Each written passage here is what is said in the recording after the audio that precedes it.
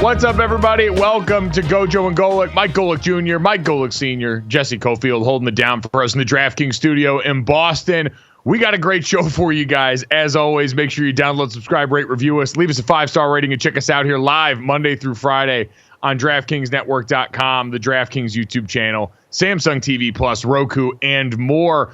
Plenty of stuff to get to. People are angry that they're going to have to watch the NFL playoffs on Peacock. There is so much NFL action overall to get through as we have hiring or firings starting to take place in the NFL. One coach holding on for dear life. And Dad, oh, by the way, college football is going to play its national title today as Washington and Michigan get set to. And this is always the way I view this game, Dad, based on being someone who back in 2012, for anyone unfamiliar, lost in very dramatic fashion a championship game to Alabama and then the old BCS. Someone's getting ready to get covered in loser confetti tonight, and I guess someone will lift the trophy too.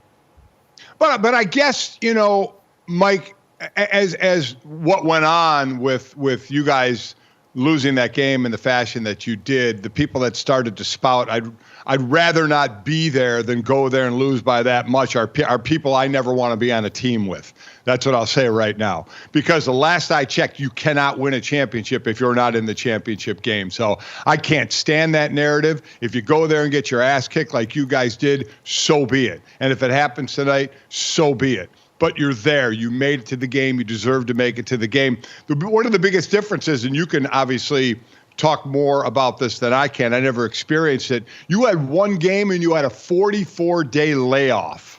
Yeah. And I know every coach treats it differently. A lot of coaches will ask another coach, how did you handle it? So you do have the longer layoff to the semifinal game, but then you have like a normal week work to get ready for the next game. So there is that difference there. But to have, like you guys, ended the season at USC, and there were 44 days, I believe it was, from that day. And it's 44 days for both teams. So, I mean, it's not like anybody has an advantage, though Alabama was used to having the 44 days off before they played in the title game. But it certainly made a difference. No, that was something I thought a lot about, because now when we went through that process, basically for us, how it worked then in the game week, like you said, we had all that time. We didn't play, obviously, in a conference championship game, so we had even longer. But we're waiting to see what happened with Alabama in the SEC championship game and the opponent. But for us, we had the whole game plan in by the time we got to South Beach to start practice. So we had put that all in for all intents and purposes, had done, going through first and second down, third down, red zone, all that stuff in that order in the week prior. And so going out, it was more of a dress rehearsal than, again, all game week. And I do wonder now for all of these teams how you do deal with that in the 4-team playoff era, where you've got that massive amount of lead up to play the teams in your semifinal game and then 1 week to turn it around. I'd imagine there's a group of people inside these buildings with these monster staffs that are in charge of advanced scouting and in charge of putting together game plans and ideas for either outcome coming from the other side of the bracket there, so that the coaching staff and the rest of the players can focus on the matchup at hand. And then there's the other side of it, that anybody for you guys going back to 2013 game who was nicked up had 44 days to kind of heal up.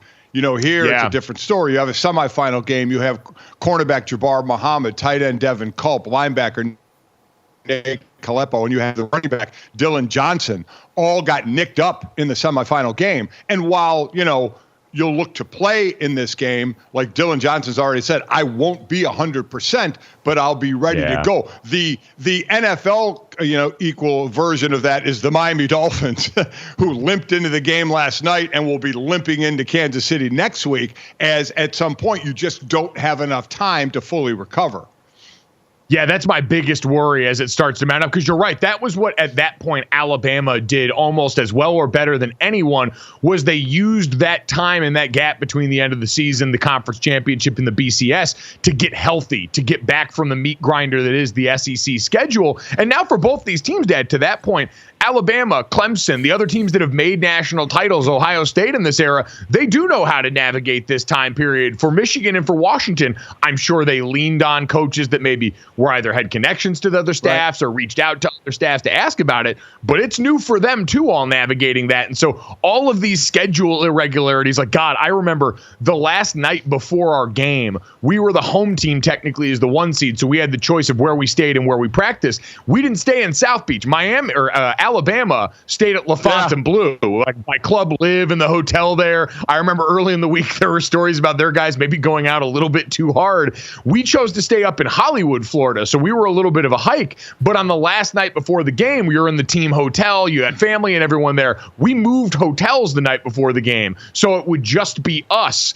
And we would be like isolated in one spot. Obviously, you can look back and laugh because everything we did clearly was for naught. And, you can assign whatever level of correlation to causation you want to that. But I just remember we shipped all of our stuff that last night to a different hotel. We went through our normal protocol there. And then we went out and began the process of the game, which, the lead up and everything up till kickoff was some of the craziest stuff I've ever been a part of. It's the most prepared I ever felt for a football game in my entire life because of that 40-day layoff. And then we kicked the ball off and nothing was the same after that. But it's bizarre in the lead up, starting to realize and get the feeling, and I'll never forget this, of knowing you're the only show in town. Like, everything else is done. The rest of the sport is packed up and over. Yeah. Everyone else is on to their off season. And you just, between the coverage of it, the faces you start to see at media days and around your building and around the hotel, you at one point kind of look up because you're dialed in so much to your normal game prep and trying to keep everything routine. That's your coach's charge. How much can we keep every part of this process similar to what we were just doing in South Bend? And then at some point you look up and your worldview widens and you realize Marty Smith's not here on a normal game week for you. At that point, Sam Ponder wasn't there on a normal game week for you. The College Game Day folks aren't normally the ones sniffing around, and the rest of the attention seeps in, and you have that moment where you're like, oh, it's just us and them at this point, and that's the end of college football for this year. Yeah, the finality can be good and bad, because the finality can mean you have the winner's confetti dropping on you, but you also know it's your last game. Like they said, and I'm sure for both teams, it got emotional where it's the last time you're going to be on the field, in the locker room, in pregame with a lot of those teammates. And it's it. So you're the last game, you're the show, but you're also the last game, and this is it.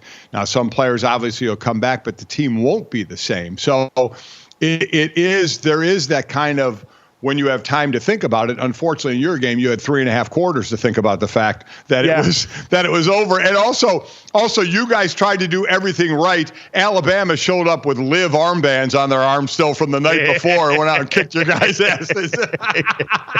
I guess having Eddie Lacy and Chance Warmack and a bunch of those dudes out there, when we saw Chance Warmack's belly in the warm-up, we probably shouldn't have known something wasn't going to go sweet.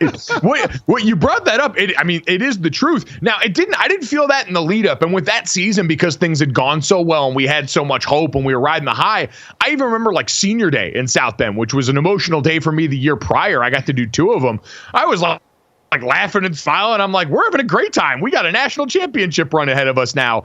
But somewhere about the third quarter, I do remember kind of realizing, okay, this is the end of my college career, all these things. And I felt myself getting emotional. And in that moment, I really was like, do not let the cameras see you cry. Right. You're not about to be SportsCenter B-roll. So all those complex emotions that you're trying to process while then getting ready to go back out and see if you can move Quentin Dial.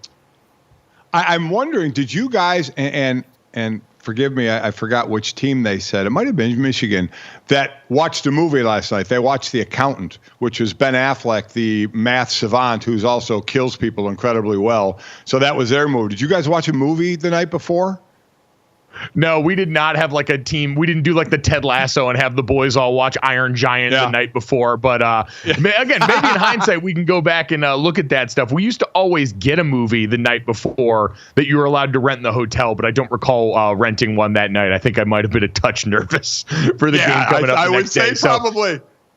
Maybe that's a good sign that Michigan's getting ready to go. We'll have a lot more on Michigan and Washington from the X's and O's standpoint there, but it's cool. This is one of my favorite games every year because I in this spot and kind of understand what's going through the brains of all these guys. And both of these teams are new entrants into this. They don't have the distinction of going up against an Alabama team that had won it the year before like we did, and so it's new for all sides there, but.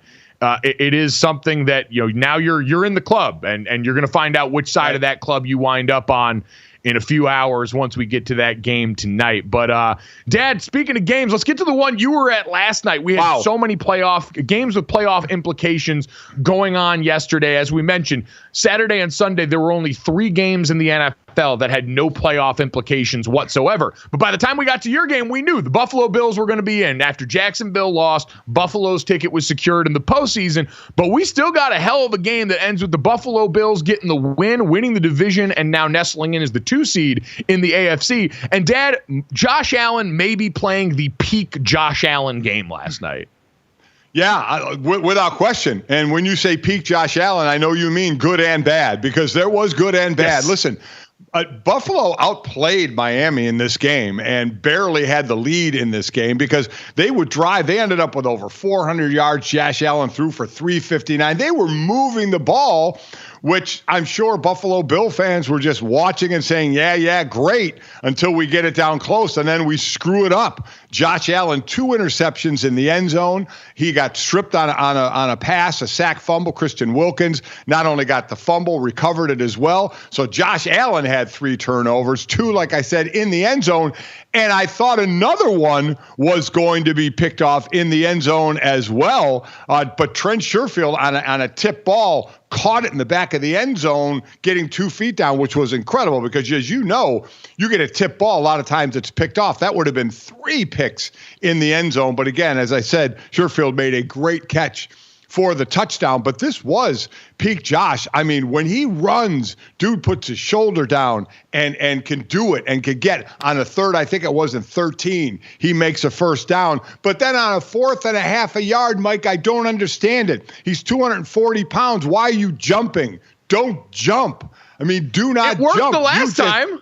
It did work the last time, but that has way less of a chance of working than just driving with your big ass body than jumping, because you can't jump and reach the ball like you would at the goal line, because once the ball passes the goal line, the play's over. That's not it in the middle of the field. So he has the ball, pinned to his chest trying to jump. So now his chest has to get over the first down line. So you're right. So I'm watching this dude and seeing the great of Josh Allen, and sometimes you shake your head with what happens as well.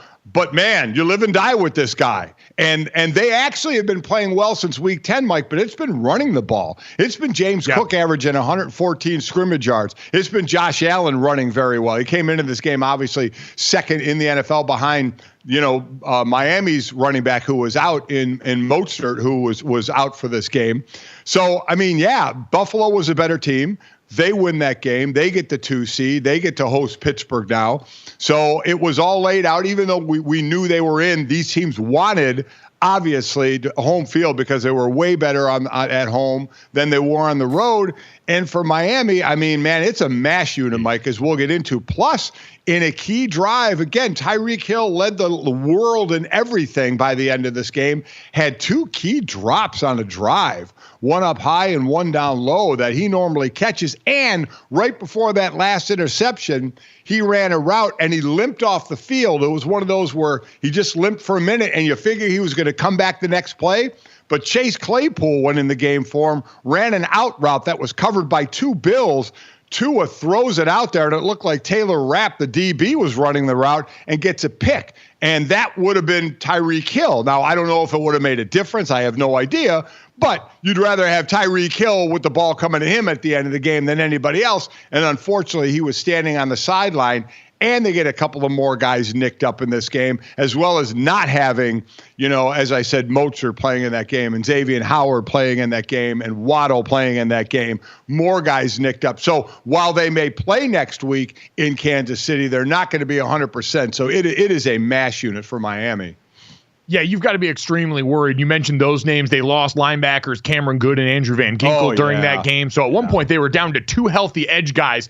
And one of the images seared into my brain in this game, I forget who ended up making the catch for Buffalo, but you had Melvin Ingram who had to move outside and was in space covering one of the receivers for the Buffalo Bills. And that was sort of the image that crystallized this team is just too broken to party, especially defensively. We knew coming into the game, Dad, I was still surprised at times how inept the Miami Dolphins offense looked. And we saw they were able to do the things they did in their first matchup a bit, where when you knock Tua off of his spot, he becomes a little bit less effective. We saw some of the mistakes seep in.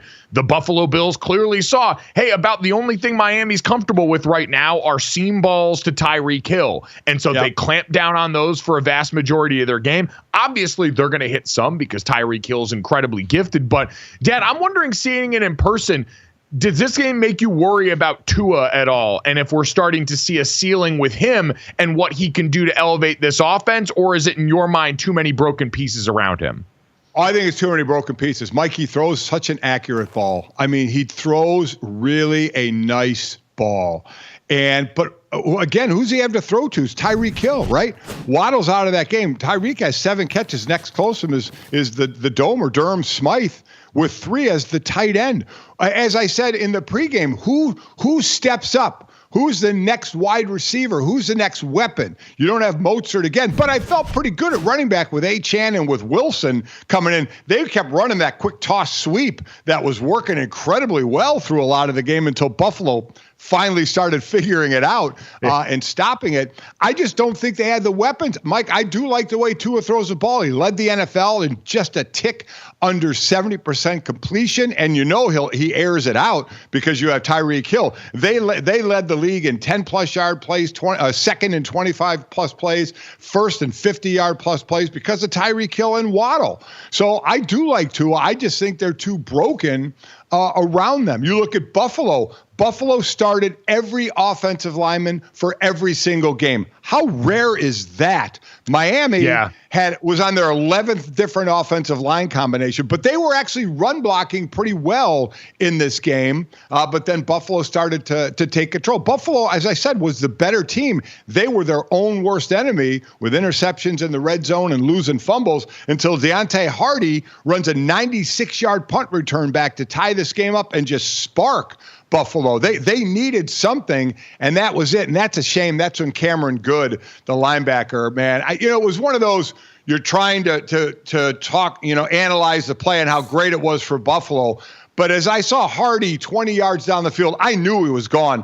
Mike, as a player, I saw Cameron Good laying there, writhing in pain, ripped his helmet off, just an agony. And I was like, oh my God, Ryan Radke's describing the play great, the touchdown. And all I could do is my heart just sank for that guy, but you lose that guy there. But Buffalo gets the big touchdown. Next series, Miami, 3 and out. Buffalo gets the ball right back. 8-play drive, 72 yards, taken up about almost close to 5 minutes, I think, and go up 21-14. And there was that big moment for Miami. Like, do we have enough to get back in this game? And they didn't.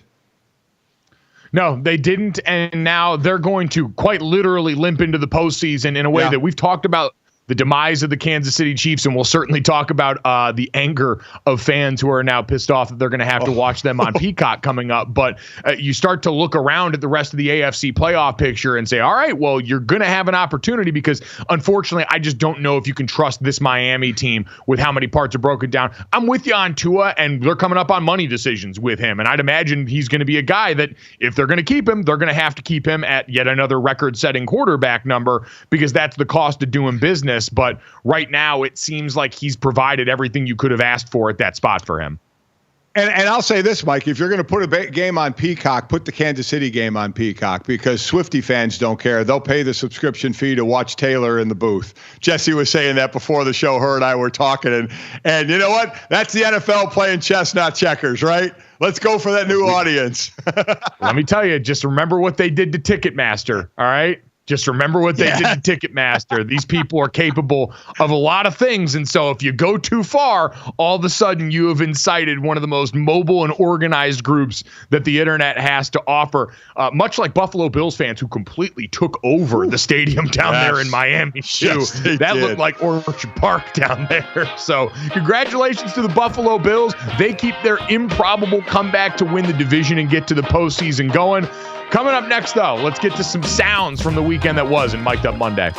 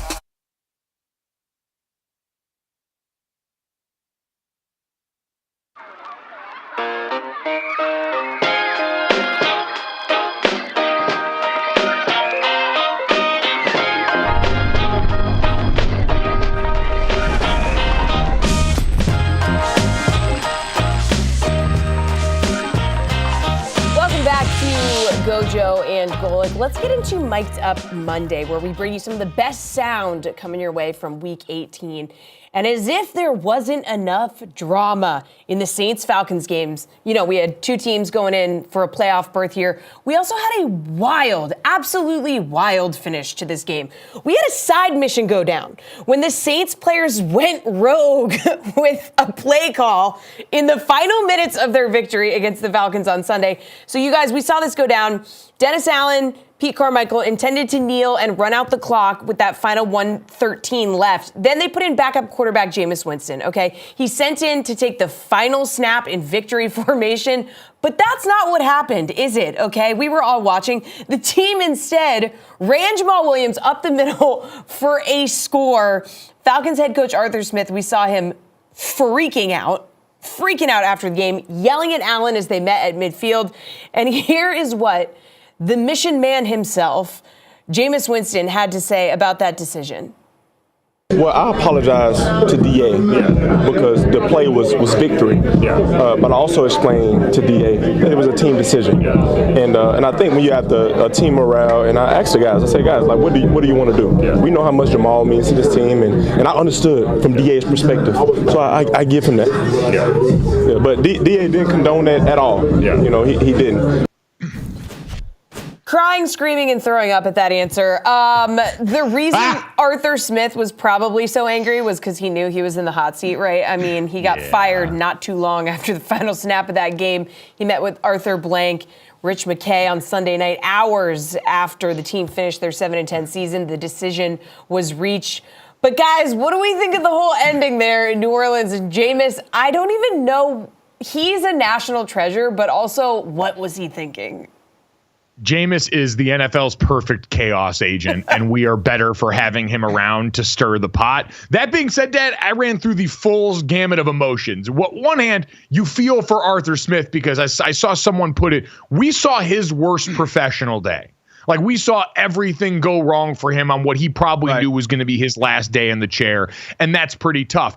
In general, when I first saw this reaction before seeing the play, my general thought is always to laugh at people that get too high and mighty about the end of game politics, when you score and how you score and what you do and going about things. And then I saw the play, and you know this, I am someone that wars against defensive linemen who fire off on the victory kneel. I think the game is over at that point. That's everyone involved saying, we're going to get out of here in one piece, and we're going to do this. And so I cannot, in good conscience, support what went on here, because seeing it happen out of victory formation, that was the part I took umbrage with, Dad. If you're telling me you love Jamal Williams so much, you wanted to line up, ride 34, try and get him a touchdown on a normal down and distance play where the defense knows what's going on, the offense is showing them what time it is, that's fine. And I heard that in the victory kneel, a lot of times D linemen, O linemen, they'll talk like, hey, you guys going to kneel it? And apparently people were saying some of the Falcons D linemen had asked them, hey, are you guys going to kneel it? And didn't get an answer. So they were kind of clued in. But Dad, in general, I think I'm out on this as far as execution goes. I appreciate the sentiment of those guys wanting to get their guy in the end zone. We can talk about what it means for the way the team feels about Dennis Allen, but I am out on running out of victory formation to get the touchdown on the last play. All right, you would better say, and you better not say, I think I'm out. You better say I am 100% out, because I'm out. Ripped me. I told you. Oh, good. Well, you said I think I'm out on. I want you to be 100% out on this, because you destroy me as a former D lineman if D linemen go hard on this play, even if you're trying to create a fumble, one last ditch effort. You're out on the defense doing that, so you better be out on this. I know, and I know you are. I think it was horrible to do. I get the sentiment. I mean, this is Vince Vaughn and Rudy. We got to score. If Rudy's going to get on the field, we got to score.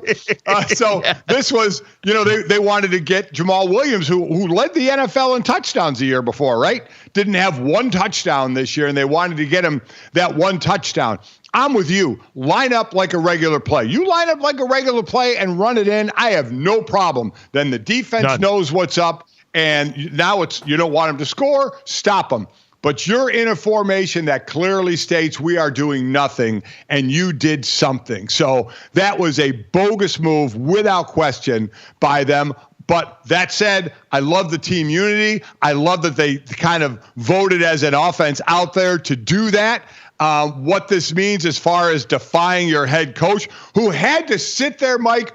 You ran out to that middle of that field as Dennis Allen did, and you see Arthur Smith coming at you hot, and Dennis Allen knows in his head, I got to take it. I got to take anything he says to me. I have to eat it and swallow it. There is nothing I can say about this. And man, Arthur Smith absolutely wore him up and down, effing him everywhere about it. And Allen's just like, I know. Sorry, I know. I didn't want this. Oh, he had to take it all. So Again, does it mean that the players don't respect Dennis Allen because they didn't do it? I mean, people are going to delve into that. I'm not delving as much into the emotion of the moment. Was players wanted this guy to score. A lot of guys, as a player, you don't think much past that, maybe the ramifications of it, and you just do it to get the joy out of that one moment there and not think of what's going to happen after that game. But you can't do that. It was a bogus play. Yeah, I'd agree. And I'll be definitive for you. Yes, I am absolutely out on running out of victory formation in order to gain any sort of advantage at the end of the game. To me, that's foul, that's out of bounds, and that crosses the line that I have always drawn in the sand for my defensive brother. So I'll hold and keep that same energy for the offense. Dad, it is interesting because I think you're right. I think this is about players not understanding the perspective of the coach. Yeah. Because while they talked about being good teammates to Jamal Williams, and they said everyone did that because we love Jamal. Jamal said getting a touchdown didn't matter to me as much as it meant that my teammates wanted it for me, that those guys cared enough where this even crossed their mind. But they also threw Dennis Allen into a really tough spot because they don't get that in the coaching world. That's how they send messages. Like I heard and saw a lot of coaches talking about this. And Dad, we never coached. And so I don't know that feeling of, hey, when you work all week and then you've got to send other people out there as your representatives. I remember I used to have coaches that would get fired up about what we put on tape because that's the direct reflection of them. That's how their peers judge them. That's how future employers judge them. And so these instances are the ways that they communicate to the other coaches any number of things. And players, you're right. We don't really get or think about that. We're just like, all right, let's get our boy into the end zone and let's go along with it. But in being good teammates to Jamal Williams, they were bad teammates, quote unquote, to Dennis Allen in that moment because like you always point out, they made problems for him. They wrote a check that he had to cash. Now, we can also debate, should he have said anything publicly about that, or should that have just stayed in the locker room? And is it your job as the head coach to go out there and just eat that publicly and handle that privately? Yeah, that is, because normally you always, as we say, pull the thumb, don't point the finger. But that would have been an interesting one, because it would have eventually got out, right?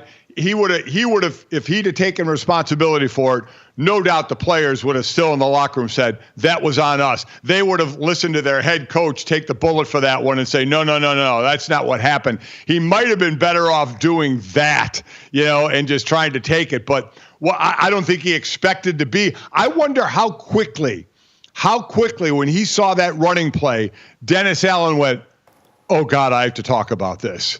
And then he was in a no-win situation because the players defied, is that too strong of a word? They didn't listen to him, but it was more because they wanted Jamal Williams to score. So it was for their teammate. They didn't think about the aftermath.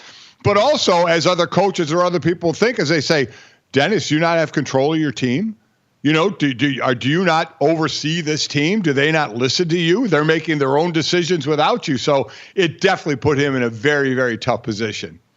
Well, I mean, listen, as in the Dark Knight, in the Saints' desperation, they turned to a man they didn't fully understand in Jameis Winston. And some people just want to watch the world burn. So I am going to bang the gavel and say, because it is the Jameis Winston effect involved in this is a nothing burger of an issue. I will not read into it as an indictment of Dennis Allen. I will not hold it against him in the inter-coach politics. We are adjourning court and letting him go, because coming up next, we got to get to all the other coaching moves that are starting to fly around the NFL.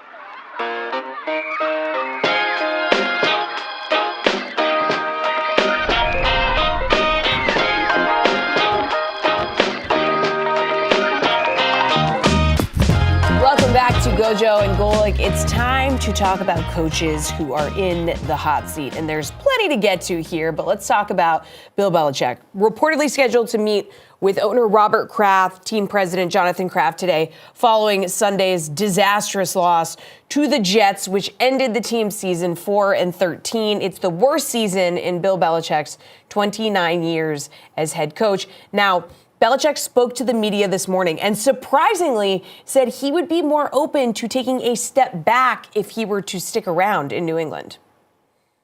Yeah, I'm for whatever, collectively we decide as an organization is the best thing to help our football team. And, I have multiple roles in that, and I rely on a lot of people to help me in those responsibilities. Somebody's got to have the final say. I have it. I rely on a lot of other people to help, and however that, whatever that process is, I'm only part of it. Guys, this is pretty interesting. He's essentially admitting that he'd be willing to relinquish some responsibility when it comes to the personnel of the team, which is a departure from his staunch, Belichick way. So what do we think about these comments from Bill B?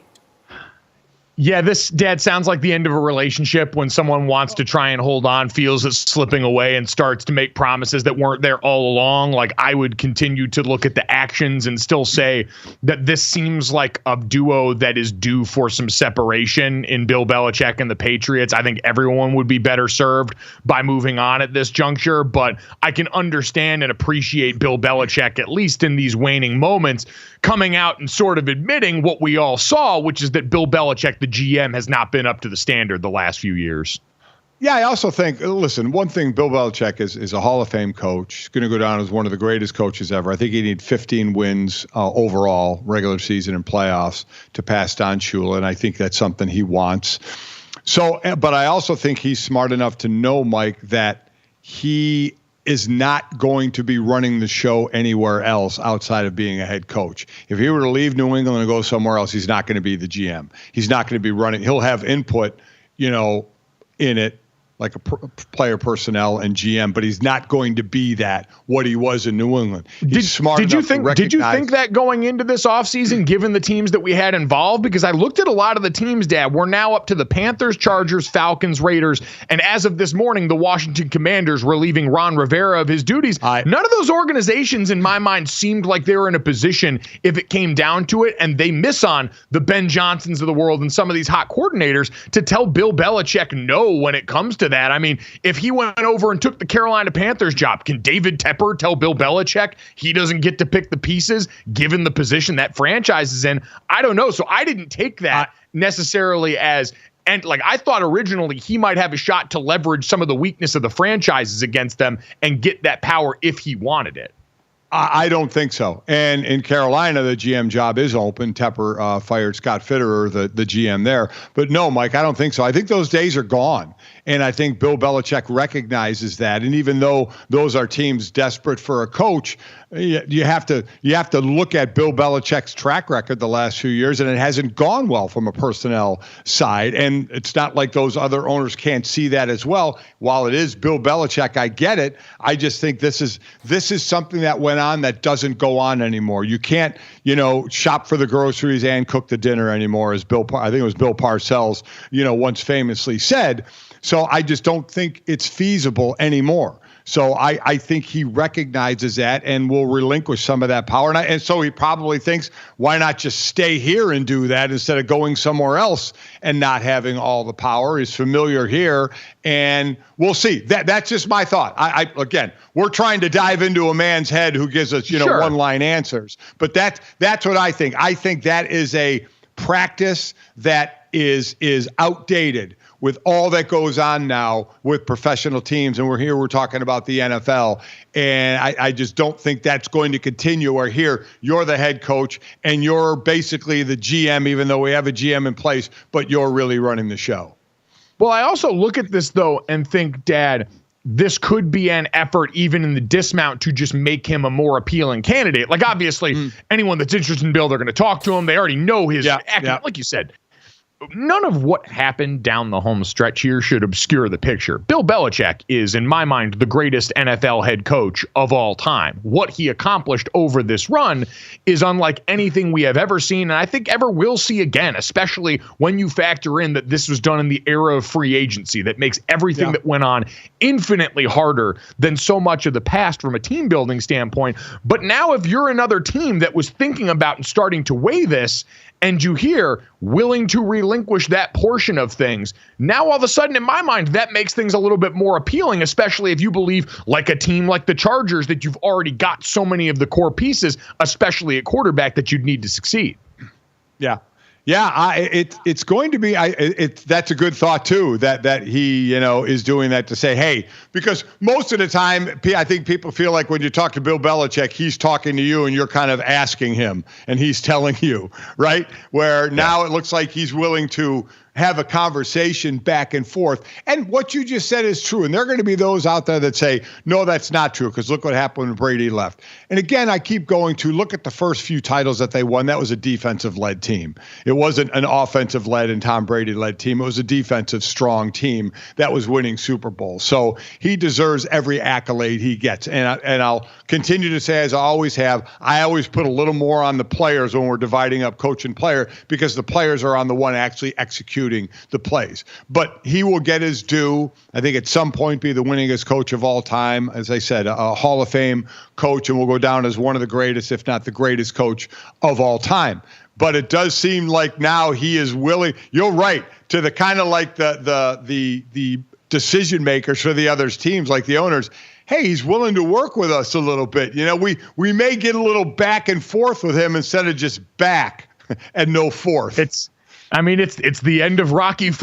If I can change and you can change, we can all change. I unfortunately think that's still going to end in change in New England. And so that'll join the chorus of other coaches out. Like we mentioned, Dad, Ron Rivera and the brass in Washington let go. We got the interesting report this morning, the combo platter from Adam Schefter and Adrian Wojnarowski, that apparently the Washington Commanders and their ownership group led by Josh Harris, who obviously has NBA ties, are bringing in Bob Myers, former Warriors GM, along with former Vikings GM Rick Spielman, to assist in the search for the new group here. So it sounds like it's more of a consulting role. And certainly, again, these are guys that probably have familiarity from the NBA. But, Dad, for Washington, a big-time hire coming up. And for Ron Rivera, an end to a tenure that was going downhill. We all knew. I was amazed by this stat, though, Dad.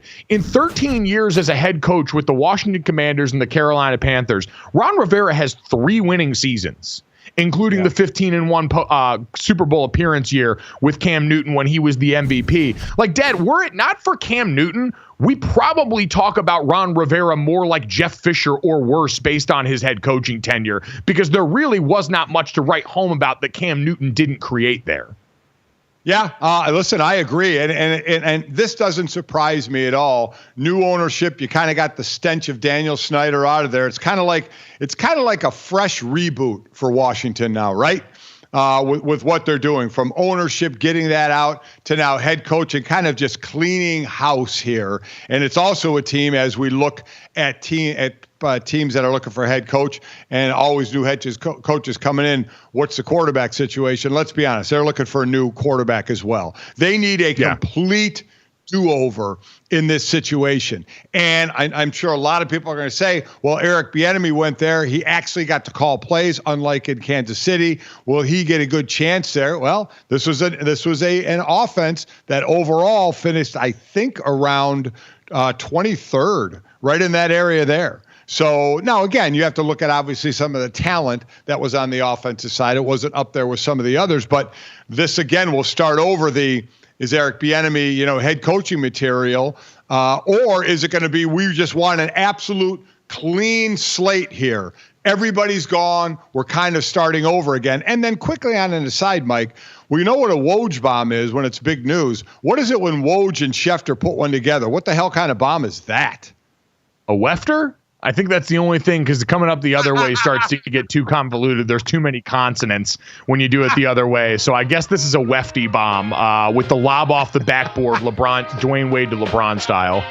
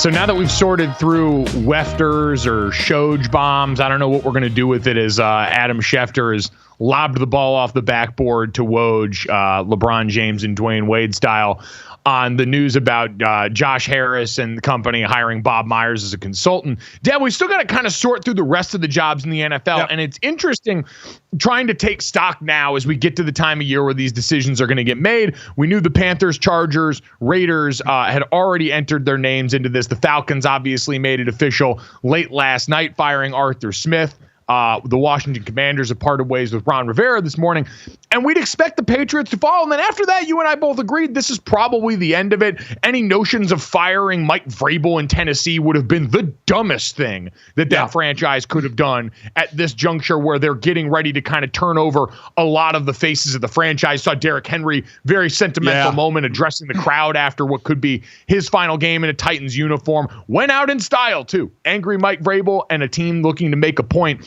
on what could be the final iteration for Tannehill, Derrick Henry. Very cool moment for them, but that would have been idiotic. And at this point, Dad, I think Matt Eberflus probably safe in Chicago as well, despite the loss yesterday. He was probably the one we were all looking at to see were they going to get rid of both he and Ryan Poles, the GM, or then maybe just the coach and keep Poles, or because everyone just wondering what they're going to do. They have the first pick in the draft, thanks to Carolina. But you're right about how about Derrick Henry and Saquon Barkley both went off pretty well yesterday, thinking, let me try and get better contracts, than these franchise tags that we're doing. So, I think we're done, though.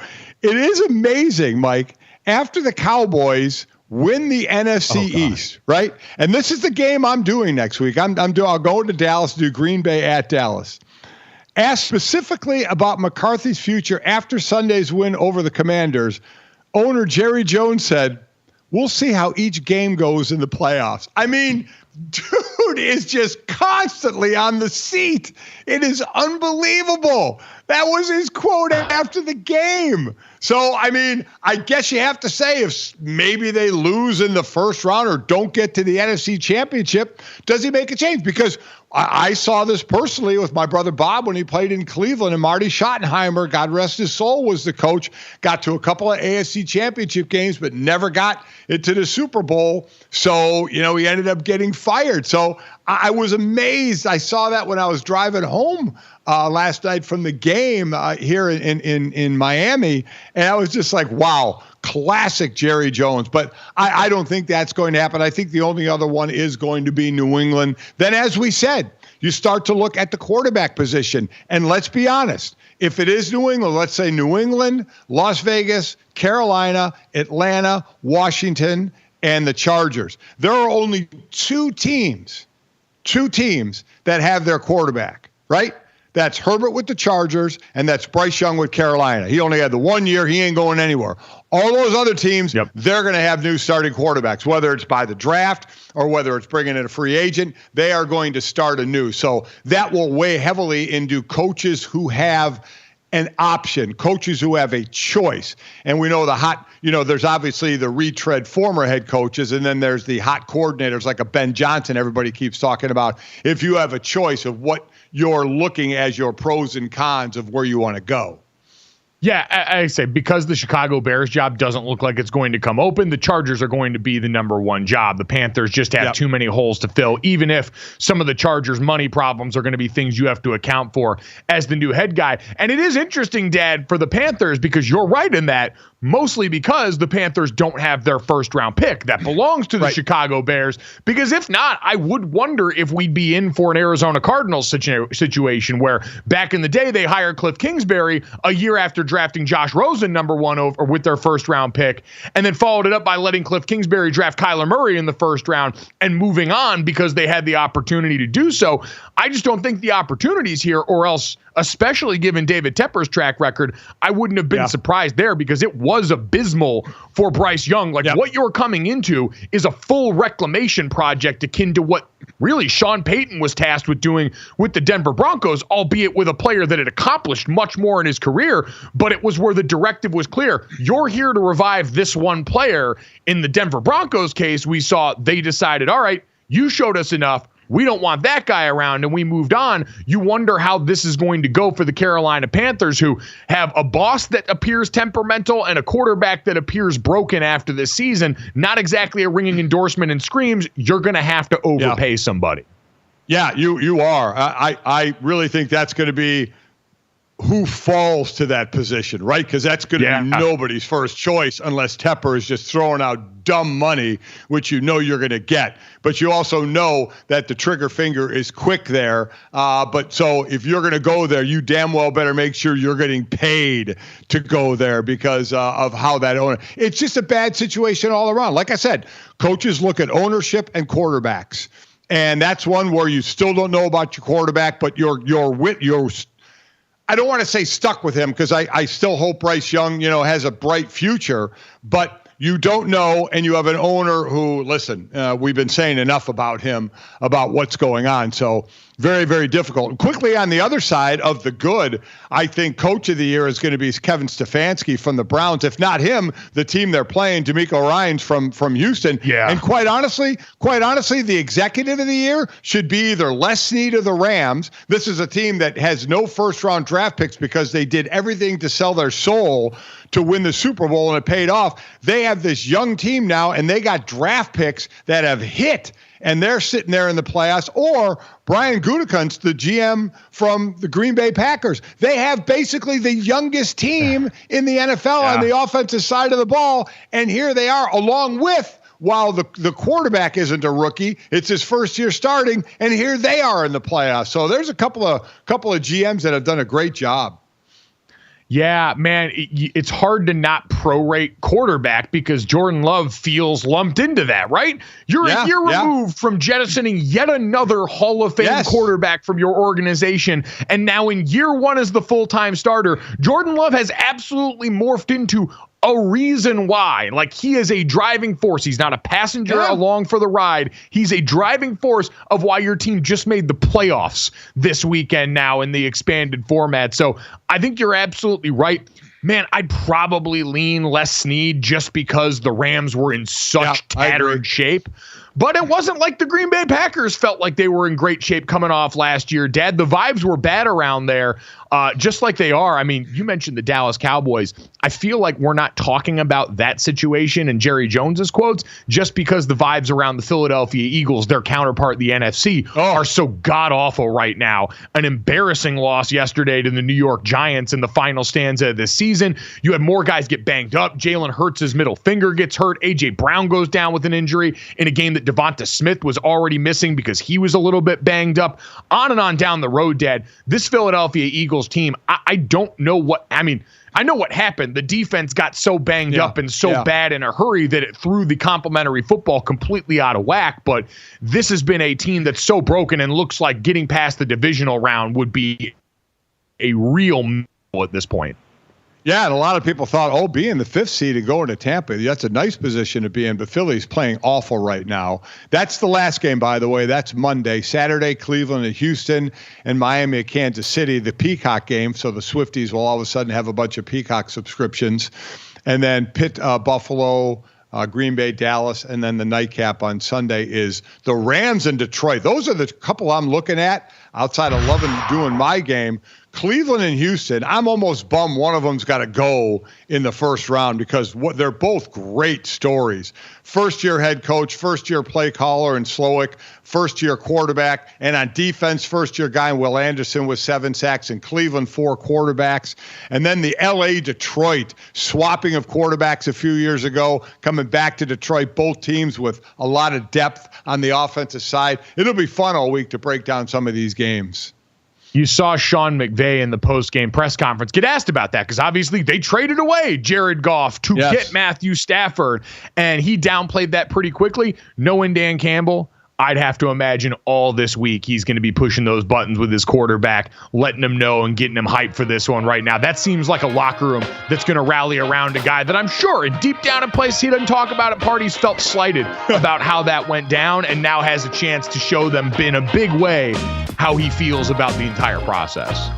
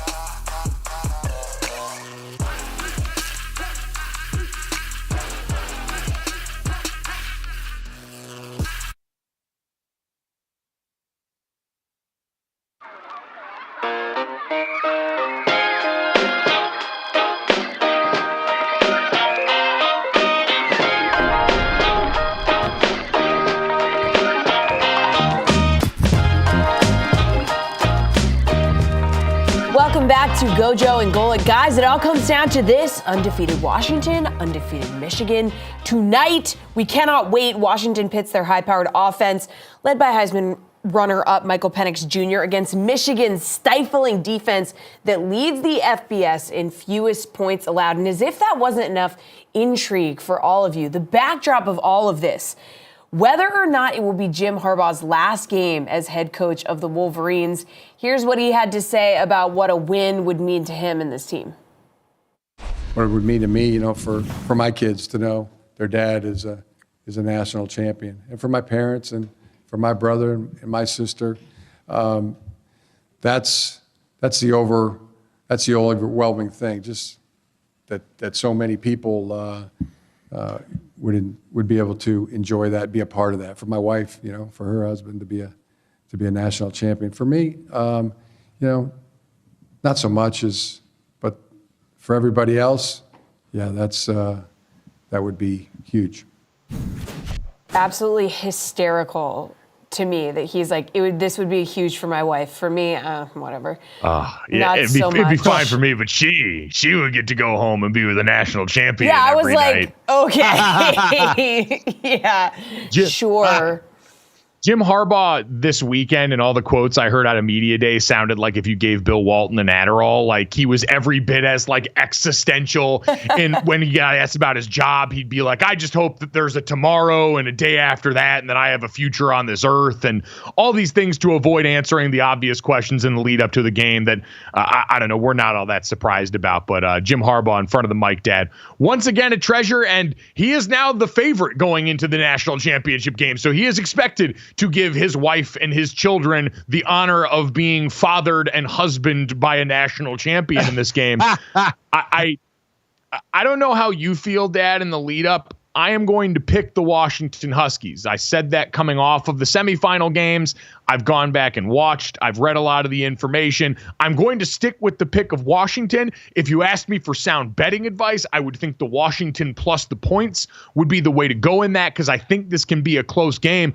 But I don't feel great about it, Dad, because this Michigan team on both sides of the ball really pushes people around. You saw that on full display in the Rose Bowl. And Washington's defense, every time you turn on the tape, seems like they are very willing to get moved around if you let them. And the worry for Washington is Michigan is so stubborn in the way that they call this. If you leave the door open for them to punch you in the face repeatedly, they will oblige over and over and over again. We saw it against Penn State. Where did they finish that game on, 32 or 33 straight runs or something ridiculous like that?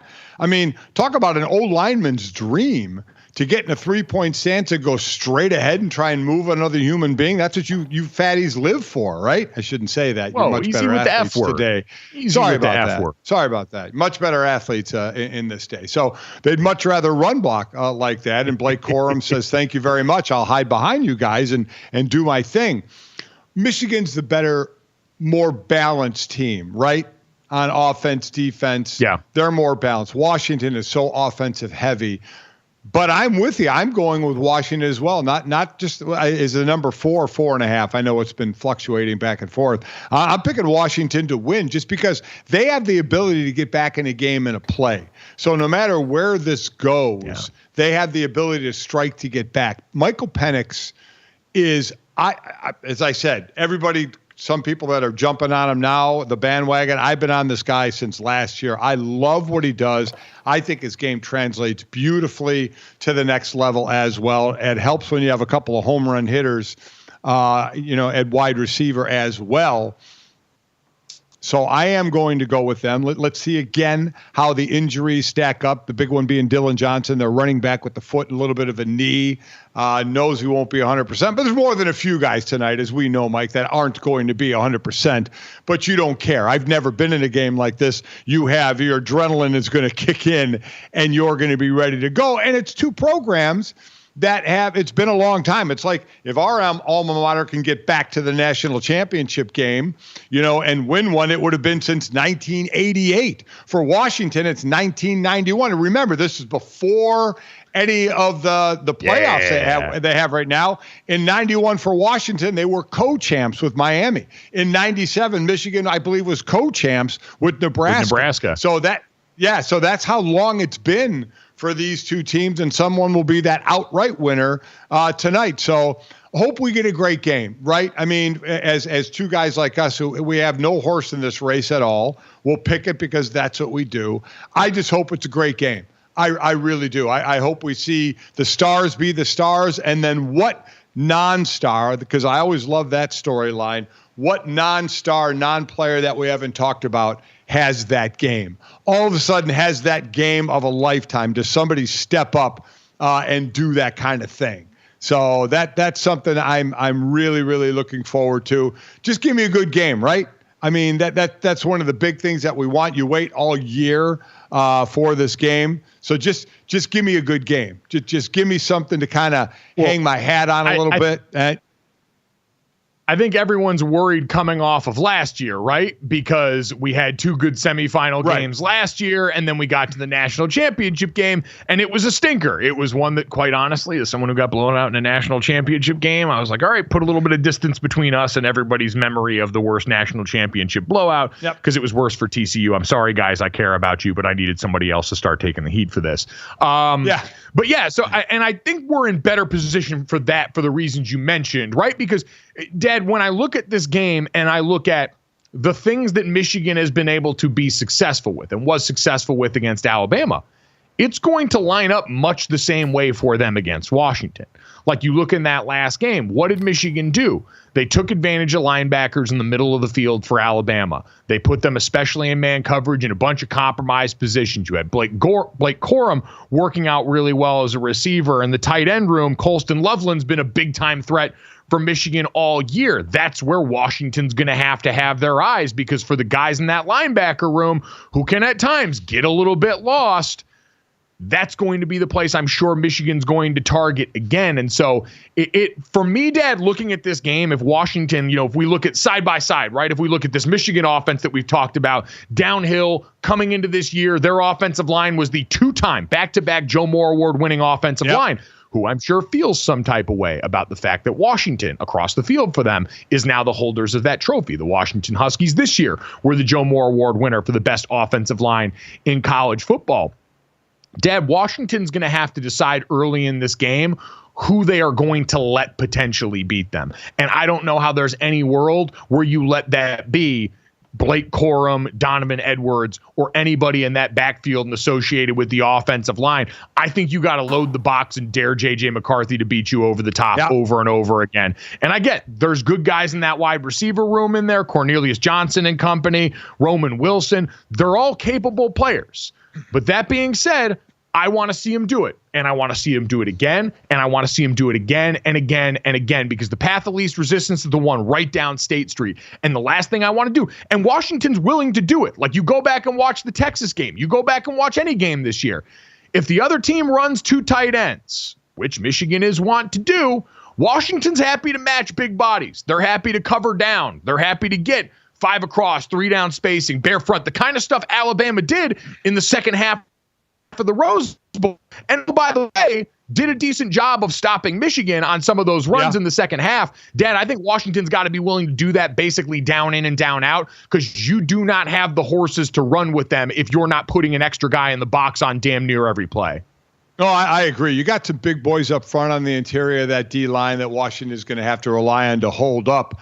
But while the Washington O-line, we talk about winning that Joe Moore Award, we know how good the Michigan O-line is, even though they lost Zach Zinner, a few games ago, which is a shame, the leader of that offensive line.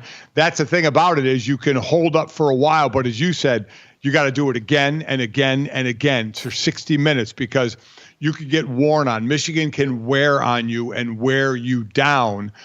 They've completely out-physicaled an Alabama team, which you don't see happen a lot. But it was a non-throwing Alabama team. That's the difference here. Can they sack Penix Jr.? They'll get to him, but can they sack him? Penix does a great job of sliding and getting out of harm's way. He can also get rid of the ball quickly because Odunze and Polk, Michigan's got to have an answer for that. Those guys can go deep, and those guys can turn short ones into long runs. So that's the thing to me. The biggest difference in this game is you had an Alabama offense that was not a good passing offense at all, and Michigan just overwhelmed them. Even though that game went to overtime, they physically outdid them. And they can do that again here. But, man, if Penix gets that ball out of his hand to one of these receivers, that could spell big-time trouble for Michigan of giving up a big play. So I'll push back on one thing. I don't think Alabama was a non-passing offense. I think their deep passing developed a lot as the year went along. They were a bad pass protection offense, and that was true all year. They were, as bad as we've seen any Alabama unit in a long time in getting the quarterback hit. And part of that is also on Jalen Milroe, the quarterback. When you look, anytime you see, and I think this is instructive here when you look at this stat I'm about to give you, is when you look at pressure percentage versus sack percentage. The delta between the two tends to be something that I attribute to the quarterback or the play caller. And when you look at this Washington team, their pressure percentage was somewhere around, I think, 23%. Their sack percentage was like 2%.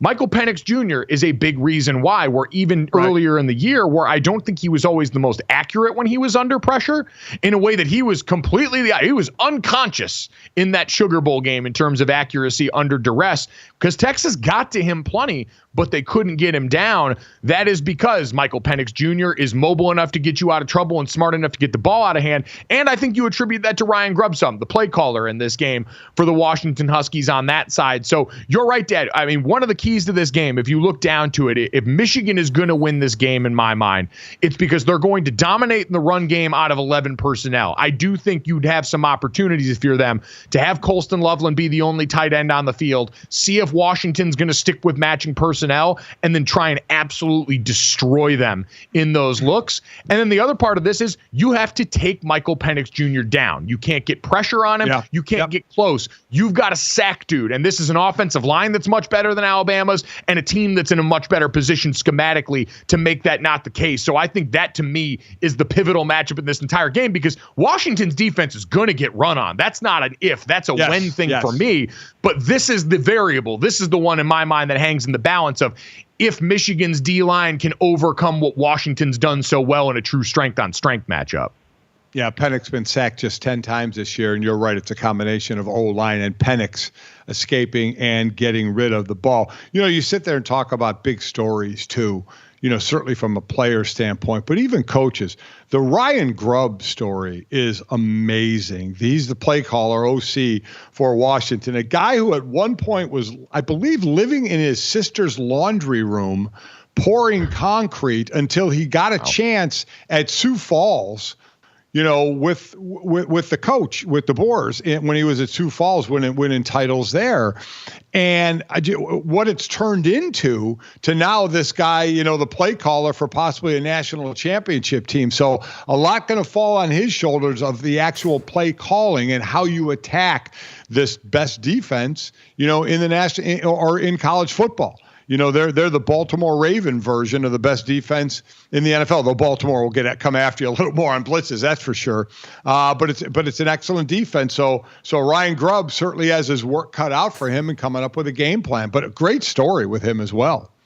It's an awesome story for Kalen DeBoer and that staff. There's a lot of Sioux Falls ties in there. Kalen DeBoer was obviously a guy that was a great player at Sioux Falls, cut his teeth there early on as a coach, has the championship experience from there. And that staff has been a group that's largely stayed together through the years in some critical spots. And so you couple that with a Michigan staff on the other side, Dad, that we've seen the way that Sharon Moore, the offensive coordinator for Michigan, who was the interim head coach at that time, we saw how emotional he was talking about Jim Harbaugh, how close that staff is, how close that team is, how bonded they are by everything that they've gone through. Self-inflicted, in my opinion, with the Michigan sign stealing scandal that's gone on, but that they've now weaponized as that chip on their shoulder. Both of these teams, when you look at it from that standpoint, because everyone always looks for maybe who has an emotional edge going into this game, where, like you said, you walk in, and I can assure you, adrenaline's going to carry you for the first drive. Then it's football. Then it's who can weather when the first thing goes wrong in this game. Like I always said, if you're the lesser talented team, and overall, Washington's the lesser talented team of the two, if you're going to stack it up man to man on the roster, you only get so many opportunities to screw up at the beginning of this game before the quicksand sets in. And that was what we felt in that game against Alabama, a team that had been there before, who understood that stage and who weathered the storm early on. We had a couple mistakes, bad review on an out of bounds play, a muff punt that didn't go our way, and couldn't claw back out of that hole because you start to feel, oh my God, it's happening on this stage. Michigan's got a lot of that togetherness, and they've got the experience from the last couple of playoffs. Washington, Dad, all they've done is win close games this year. 10 games now decided by a touchdown or less, and a lot of them where they've had to claw their way out of some bad situations. You got to kill them twice. They're like a horror movie villain, where if you don't put them down twice, Washington's going to find their way back in. So I think from that standpoint, it's a remarkably even matchup with two teams that temperament-wise are going to be able to withstand those early blows and give us a good game. So I look at also the Washington defense. As I said, they got some big guys on the inside to help try and stop that run. But if they have to get after the passer, I'm interested in Braylon Trice. He had better production last year than this year. Didn't quite match the production this year. But then all of a sudden against Texas, 2 sacks, 6 pressures on Quinn Ewers as well. He was in the backfield all the time. So what effect can he carry on from that and have that effect and get in McCarthy's face, on those passing situations? Because that's where we all have trust. Anybody breaking this game down has trust in the Washington offense. It's kind of the Washington defense where you go, okay, can they hold up for 60 minutes against this bludgeoning Michigan offense? And because of Washington's offense, can you put Michigan in a position to have to pass? And if you do, then for lack of a better term, it's gotta try to become the Braylon Trice show, kind of how it was against Texas, for him to at least be pressuring McCarthy.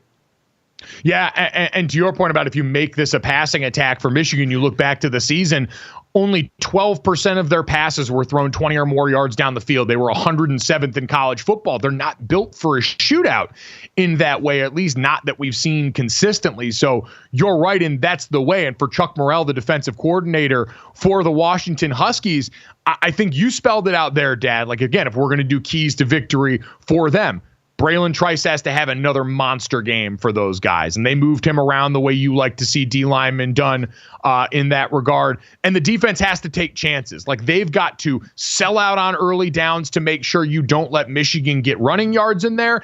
And then we've seen they like to get all up in your grill on those passing downs. Michigan is going to challenge their linebackers to cover running backs and tight ends in those spots. And they have got to count on their guys getting to J.J. McCarthy and making it uncomfortable. You've got to take chances, I think, against that group on defense if you're going to make something happen against this Michigan team. Listen, I mean, we all kind of, unless you're a Michigan fan, you hope this happens. But in watching the game, and if you want a really good game, you kind of go, a little bit. Washington, let's just be honest. I mean, they're bad against the run, right? 121st out of 123 teams against the run. And Michigan loves to go downhill with Blake Corum. I mean, this could turn into a 10, 12 play drive Michigan team controlling the clock and making Washington have to score quickly to stay even with Michigan or try and get up on Michigan. That's again the fear for those that don't have a Washington fan or don't have a horse in this race, just to see Michigan just absolutely control the clock. All of a sudden, if you see them having the ball for 8 minutes more, 9 minutes more, then 10 minutes more, and just controlling it and really putting the pressure on the Washington offense to have to score quick. That's it, right? That's just this Michigan O-line getting, white-knuckled, white-fingered, heavy stance and just coming off the ball. If Michigan can be time of possession all-stars in this game, dominate on the run, attack Washington's linebackers, and sack Michael Penix, this is the ultimate styles make fight game. If you look up and see them out-possessioning them by 10 or 12 minutes, then Michigan will have won this game and could potentially do it handily. But again, you and I both picking the Huskies, expecting another monster Michael Penix Jr. game, expecting this one to be back and forth for them to try and stress test this great defense for the Michigan Wolverines. We're all excited to watch the last game of the college football season coming up tonight. Boy, oh boy. I'm very, very interested to see how this one goes. Coming up next, we'll look back at the NFL and our all-weekend team here on GoJo and Golic.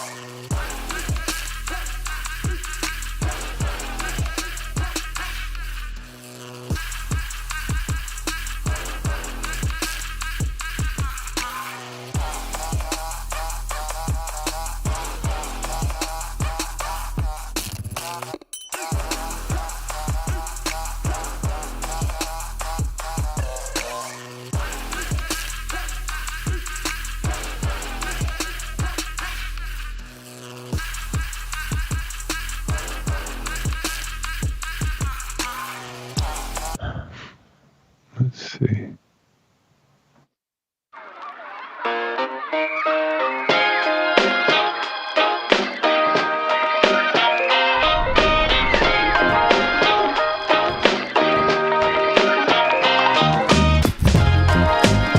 Welcome back to GoJo and Golic. Let's take a look at the NFL playoff matchups after Week 18's action.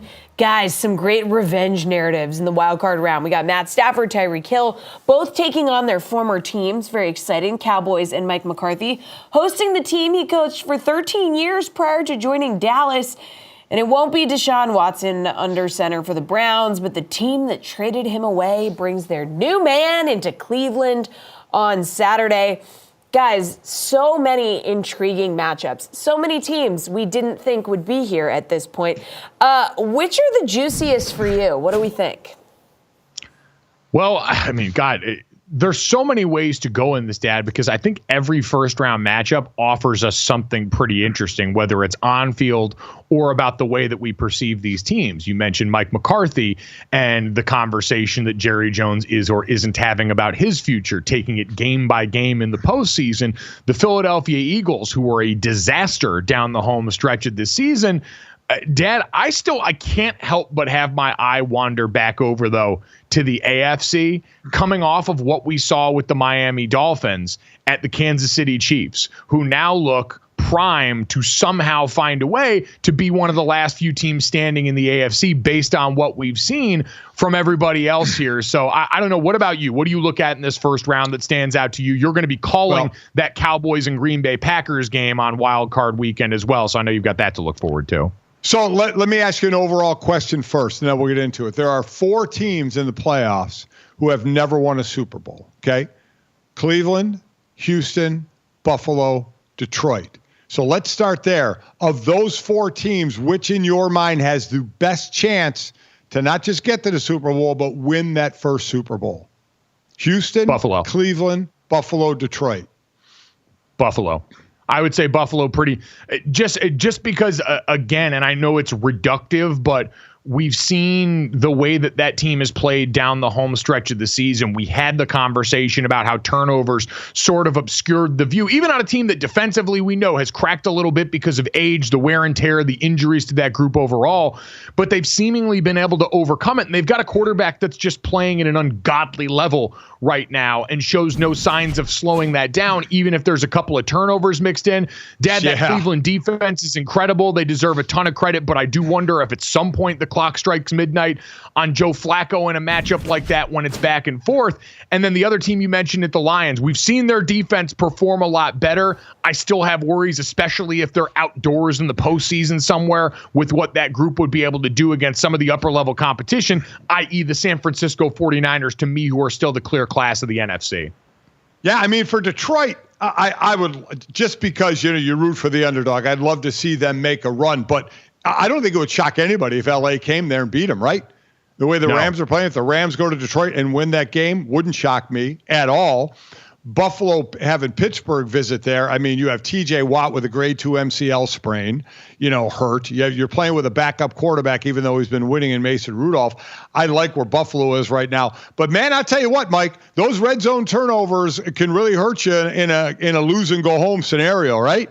I mean, they're playing a Dolphin team last night who was really, kind of a mash unit, wasn't that their best. And I mean, Josh Allen throws 2 picks in the end zone, gets stripped of a ball. He was responsible for all 3 turnovers last night. I will say the second turnover in the end zone didn't matter to me. That was 4th down. That was essentially a punt. The change in yardage was like 20 some odd yards. So once you decide to go for it on 4th down there, in my mind, you open your up to that. Right. That's less a red zone turnover to me than what it is in the end zone taking a chance in that situation. The other 2 are warranted. I totally understand that, and that's built into the Josh Allen narrative at this point. Yeah, but just for the all intents and purposes, that second interception to me, that's a cost of doing business play. But in general, you're right, and that's sort of what we talked about with Josh, Dad, where it's you don't seem to at this juncture be able to get the best of Josh without a little bit of risk of that at all times. Yeah. You could argue the second half of last night, he did start to heed the advice that Sean McDermott mentioned going into halftime. Right. Take a little bit more of what's there. Take a little bit more of what the defense has given to you. But with him as a rusher especially, I think some of that stuff, the fumble was him getting sacked in the pocket. I hardly put that on him. Maybe he had better ball security, but you also had Christian Wilkins, yet another interior defensive lineman, making life very hard for Osiris Torrance and that Buffalo Bills interior. If anything, that's what might worry me, is the fact that we've seen now, if you've got a quality defensive tackle, that's a matchup that's going to be in your favor against the Buffalo Bills interior currently. And Miami has that in Wilkins and Sealer. Sealer set a record for D tackle sacks. He ended up with 10.5 for the Miami Dolphins.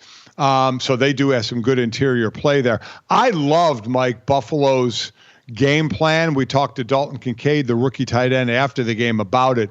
The first down, little 4 or 5 yard pops. They were just hooking up in zones and just making it 2nd and 5, 2nd and 4, 2nd and 5, 2nd and 4. You know, as an offensive player, how good that is for you. And I know as a defensive player, how bad that is for your defense.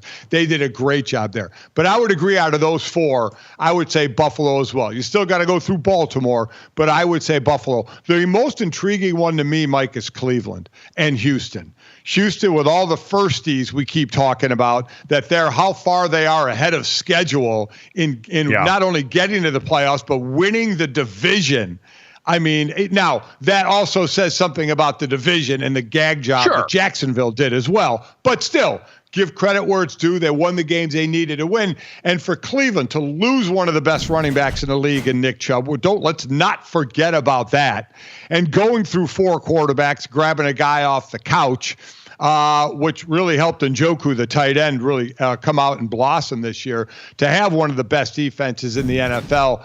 That story has been amazing. So that game is very, very, very intriguing to me. But I will agree. I would say Buffalo, out of those 4, would have the best chance to win the Super Bowl.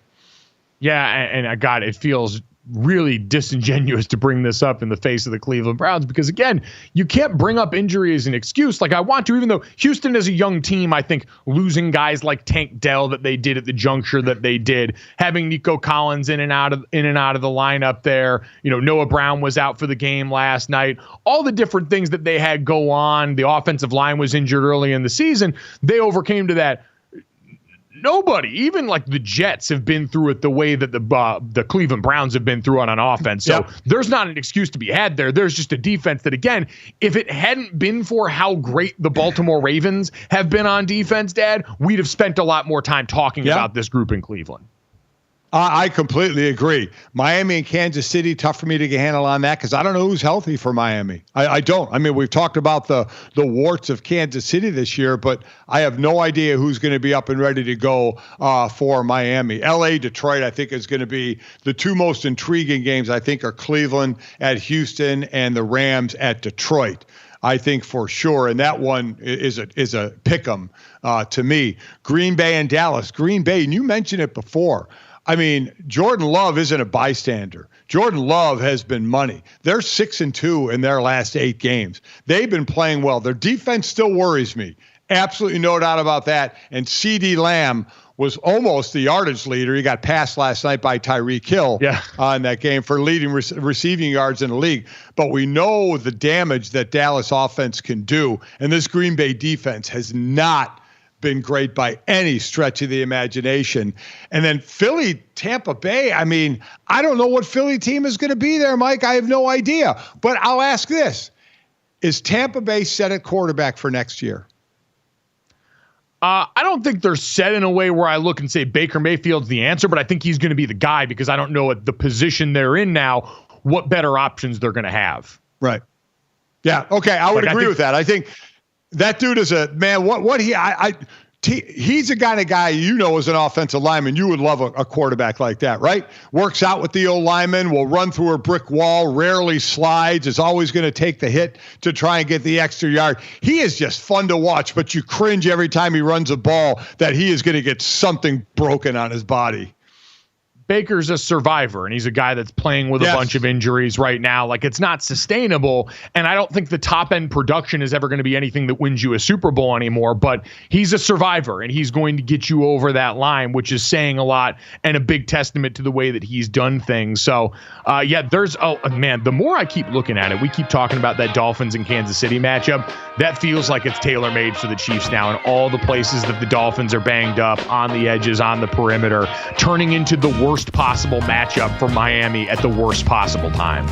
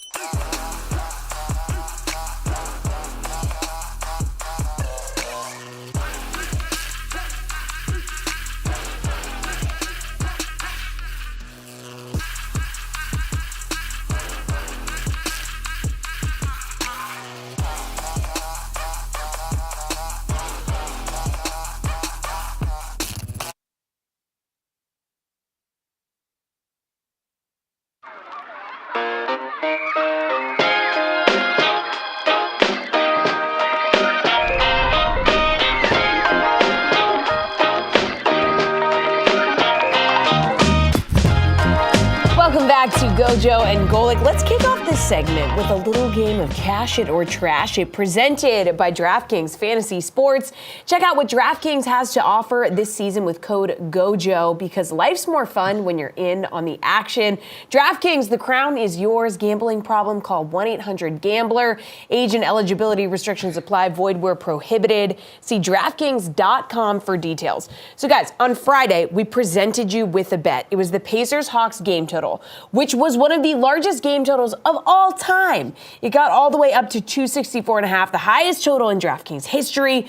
Both of you guys said you were cashing the over, and you were both right. Let's go. This game totaled 266 points in a 150-116 win for Indiana. Pacers had team record 50 assists in the game. GoJo's boy, Halliburton, had 18 of them. Great job, guys. We love to see it. What did you think of the Pacers' performance? We love to see the over hit any single time as someone who's looking longingly at the over for the national championship game tonight because they've got the Washington Huskies in this, Dad. Life's too short, and we found that out. I don't think I watched a second of this game because football's not all weekend, but I appreciate them going out there and getting this done for us either way. Listen, I'm an over guy. I know you're an over guy, except when Iowa plays football. So that's the way. It's like every time when I was a captain, every time I did a coin flip, I call tails. I'll pick over, and we hit it. You're welcome, everybody. That's right. The Iowa football under is the only sound financial advice that I can give you. It's buying bonds. It's safe. It's secure, and it will make you money over the long run. The Indiana Pacers absolutely could have a spot in our all-weekend team for helping get people paid up, but that's probably not going to be the case. Instead, we're going to take a look at our all-weekend team here, some of the top performers from over the weekend. Dad, looking at this and starting, we'll go second team and first team today since we've been trying to pack a lot in here today. And I want to start this off. I'm going to be very running back heavy today. Shout out to my guys. And I'm going to start with the top in terms of career leaders, active career leaders in carries. Number 1 and number 2 on that list are Ezekiel Elliott and Derrick Henry. And I want to start off with my second teamer going to Ezekiel Elliott, not for anything that happened on the field because that Patriots-Jets game was bad. The Patriots end up losing what could be Bill Belichick's final home game to a team that they had beaten 15 straight times. And it was an ugly slog in part because it was a snow game. And Ezekiel Elliott was asked after the game. I saw Mark Daniels from Mass.com post the quote. Ezekiel was asked about playing in a snow game, and he said, quote, "When I was younger, I always wanted to play in a game in the snow. Then I played a game in the snow and was like, that kind of sucked." Thank you for speaking the truth, Zeke, because he's absolutely right. Playing in the snow that gets lionized and glorified by everybody that gets to sit at home on their couch and watch that game isn't actually all that fun unless you're absolutely wearing out the other team and get to do victory snow angels all over the place. Instead, it's just basically wasting a bunch of time game planning during the week for a game where no one's going to have their footing and you're just basically waiting for a fumble or a special teams play to decide the outcome. I disagree. I 1,000% disagree. Give me a snow game. Give me a muddy game on natural turf anytime, Mike, because as 9 years in the NFL, I was never, ever close to being the best athlete or near the best athlete on the field. I needed everybody to come down to my level. And the worse the weather, the more they came down to my level. When you're average, bad weather doesn't really affect you, right? When you're elite, bad weather can affect you. So people would come down to my level a little more in snow games, so I loved them. Give them to me any day of the week.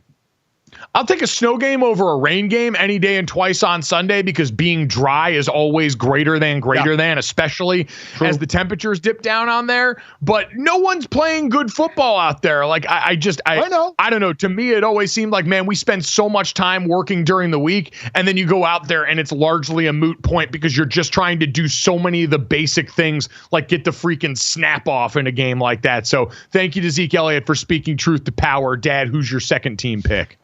Second team, I'm going to the defensive side of the ball, and these are kind of like full season type of awards right now for me. I'm going Montez Sweat, formerly of the Washington Commanders, now of the Chicago Bears. And why I mentioned both those teams, Sweat is the first player in NFL history to lead two different teams in sacks during the same season.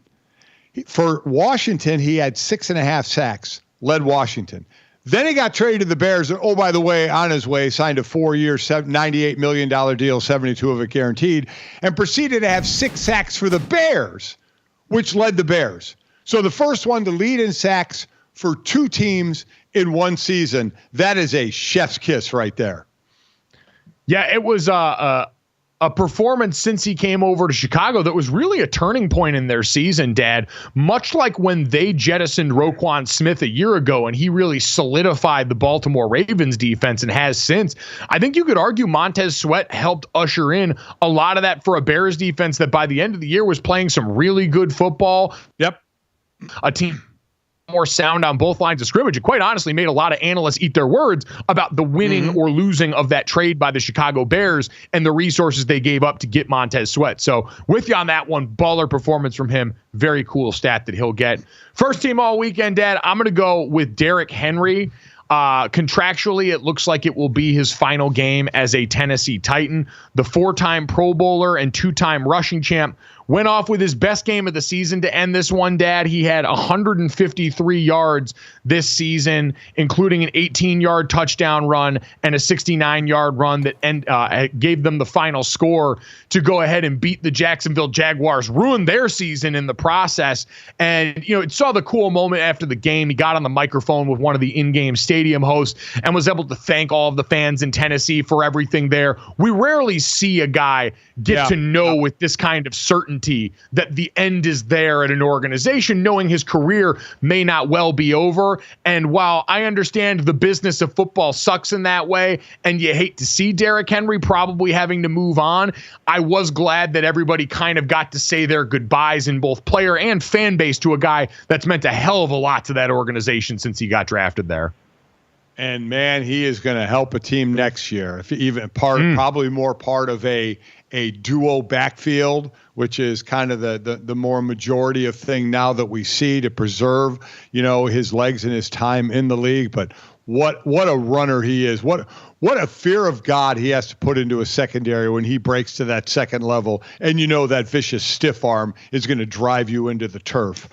So kudos to him. I'm with you. As I said, I did one appearance with him at the draft in Tennessee. And when I met him in person, I was just like, there is no way this human being is a running back. I mean, no way. Oh, dude, I covered him at the Heisman the year he won, and there's a picture of me interviewing him for ESPN Radio. And I said to him before, I'm not used to looking eye to eye to running backs. I'm not going to lie. This is a little bit weird for me. Absolutely amazing. What an athlete he is. Mine, you know, I was thinking about Sam Laporta, who set a rookie record for tight ends and receptions with 86. Unfortunately, he got the knee injury, so we'll see how that goes. I'm going to go with Tyreek Hill. Now, it was a losing effort, and he did have a couple of drops in this game.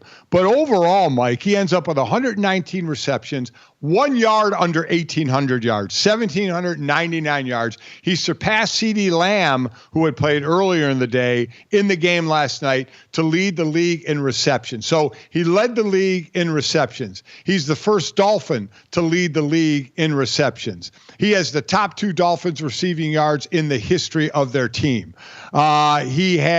He's the first player in NFL history with over 1,700 yards in multiple seasons. He led the NFL in deep receiving yards. He led the NFL in deep receiving touchdowns. I mean, the weapon that he is just amazing. And that matchup of him and Tua, who is such an accurate passer, you know, that's why there are those that think this team is actually underachieving now, but you have to throw in injuries to Miami right now. But what Tyreek Hill has done, and now goes back to his former team to play the Chiefs in Kansas City, but he is a threat to score no matter where he has the ball.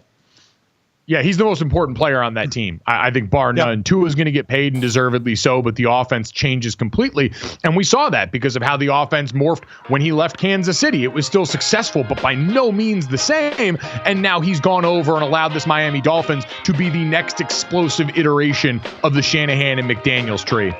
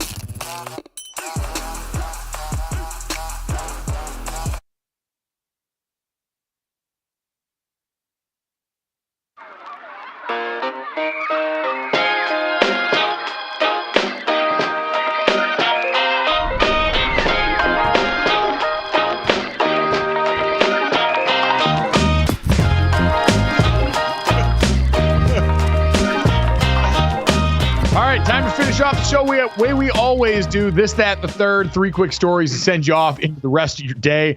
As always, make sure you download, subscribe, rate, review us. Leave us a 5-star rating and check us out here live Monday through Friday, 8 to 10 a.m. Eastern on the DraftKings Network, DraftKingsNetwork.com, Samsung TV Plus, and more. But if you have to miss us live and you miss anything else, go and check it out. Get it wherever you get your podcast or available in totality right here on YouTube when we get done. And guys, we got an absolute murderer's row here to finish off the show. This, that, and the third. Let's start off with the images seared into everyone's mind, memed into oblivion on the timeline this weekend of the naked Bass Pro Shop swimmer. George Owens, 42 years old, was booked into the St. Clair County Jail at 9:39 p.m. and charged with public lewdness, disorderly conduct, resisting arrest, assault on a police officer, and first-degree criminal mischief in reckless endangerment. He dove into the pool in the parking lot of a Bass Pro Shop around 9 p.m. and then ran around the store, stripped naked into the large aquarium at the end of the store. After officers arrived, he was eventually taken into custody. Dad, we've been in plenty of Bass Pro Shops, but if you haven't, some of the larger ones, this is pretty normal for them to have places where you can actively fish and test out the equipment inside the store. This man felt like testing out his own equipment, and the results were not positive. One of the greatest stores of all time, Bass Pro Shops. If you've never been, go. You could spend days in there. It's like an amusement park. And they have this monster aquarium. And so, listen, first of all, if this guy has anything mentally going on with him, I hope he's okay. Hope he gets the help he needs and all that. Let's say that. Then let's go this. I hope the water was cold, and that's the reason. Because, come on. Dude, you know, if you want to go shrinkage, if you want to go George Costanza, the water was cold, shrinkage, you know, as Elaine would say, that a thing? Yes, it's a thing. So here's my thing. If you're going to do that, man, I mean, if this dude, let's say, was the other way, okay? If it was kind of an eyebrow raise of, oh my God, dude would get in trouble law-wise, but once he got out of that trouble, he's becoming a millionaire, right? In the old days, it would be like all of a sudden there would be a film industry that wants him around. But as you said, Mike, in the new days, OnlyFans, he'd be making money hand over fist, okay? I mean, if this dude really had it going on, I mean, that's one way to go ahead and get out there and get noticed about that whole thing, right? Know what I'm saying? Basically, you're saying he could have used the Bass Pro Shops pool as a place to market his hypothetically large penis, if that were the case, and that penis would then become his ticket to marketable dollars. Dad, I think you're overestimating the marketability of the penis. Yeah, that would be making quite a splash. Oh, well done. As I was saying, he could have been using his own bait to make a lot of money. Yeah. How about that? I think that I don't think. Yes, Jesse. Yes, Jesse. I don't think that this is as marketable as you think it is. Just, you know. No, I really think you're overestimating the public appetite for this right now. I think most people in general who see this particular organ do so against their will. So I would say that this is probably another one of those spots where nobody asked for this. We're glad that there's enough shots of it with it not in the shot that we can use for meme content, and that's about all that's going to be going on here. Hopefully the water was cold, like I said. That's because that's all he's going to be saying, because he's going to get mocked. He just needs to say, the water was cold. The water was cold. Yeah, hopefully. I mean, Jesse, please, God, I just love Jesse trying to comment on this. I don't know how to transition from this. Speaking of small companions, Taylor Swift's cat, Olivia Benson, has a higher net worth than Travis Kelce. So, according to Page Six, Taylor Swift's cat, Olivia Benson, is worth $97 million because the cat has been in commercials with her. It's been part of her merchandise line. It's had cameos in a lot of ads for Diet Coke and stuff like that. So, apparently the cat has a net worth of $97 million. Travis Kelce's net worth, about $40 million. So the cat is worth twice as much as her new man. Can I say this is one of the dumbest things I've ever seen in my life? Listen, I'm all on the Kelce and Taylor Swift thing. my NFL brethren that are tired of it and all that, they can stick it. Let's have some fun. I love what's going on. But can we stop with this? A cat and net worth. I mean, it's like the commercial where the cat gets the house in a, in a will. I mean, come on, this is ridiculous. The cat is not worth $96 million. The cat lives a great life. The cat is doing well, but the cat is not worth $96 million. So let's just stop. I don't know. I could see Taylor Swift leaving her fortune to her cats.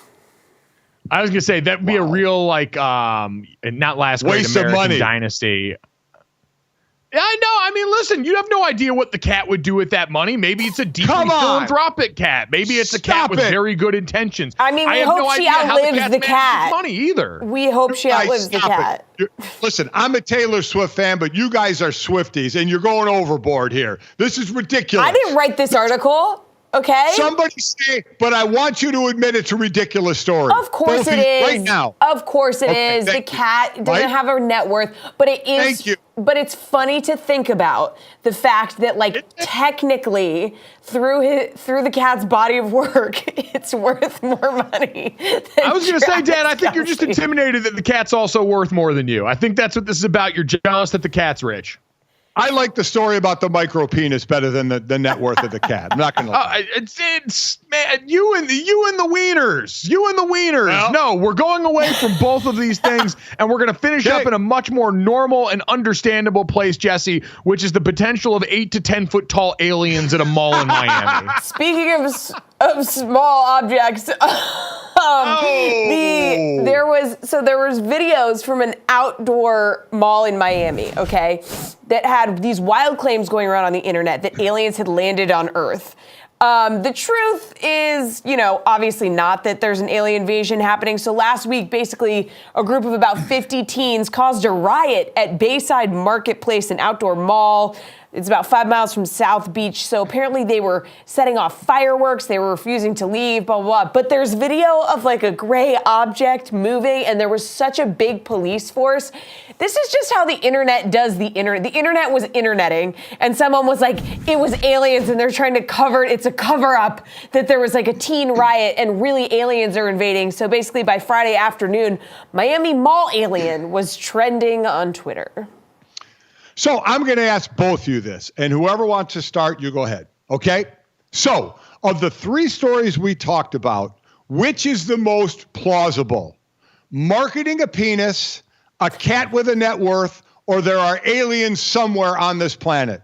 Mike, go. I thought you were going to ask how well hung we thought the aliens were at this point. Come on! I'm not like that. I'm asking a legitimate question right now. This is capital J journalism, GoJo. Come on. Right now, Mike, marketing a penis, a cat with a net worth, or aliens on the earth somewhere as we speak. What's the most plausible thing? The aliens on the earth absolutely is plausible and easy to me. I don't understand how anyone could poo-poo this. Now, the fact that we would somehow be led to believe that in a day and age where everyone's got camera phones, and I get we all think the government, Men in Black, they'd come in and they'd corral any footage of that. Right. It's 2024, man. Cell phone footage is everywhere. If Bigfoot or aliens are out there actually somewhere, we're going to get a cell phone video of them that's better than the overhead cop footage that we got of this one. That was always ridiculous, but yes, they're out here among us, and they probably shop online like the rest of us, not at the mall anymore. Jesse, which is the most plausible thing? I mean, aliens is quite plausible, but if you're talking about which one, if I had to choose one to market, it would probably be Bass Pro Shops guy. That would do. Like you said, you could find a way in today's day and age, in today's internet. There you go. That's all I wanted to do. I wanted to just say out loud, market a penis. That's all I wanted to say. Mm-hmm. So you know what? I've done my job. The show can end. Yeah, well, mission accomplished, if you will. I'd say it might be over for good after all this, because I don't know what the internet FCC regulations are on saying penis as many times as we said penis today. There's 2 more for good measure. Everybody have a great day. Download, subscribe, rate, and review us. We'll see you tomorrow. Penis.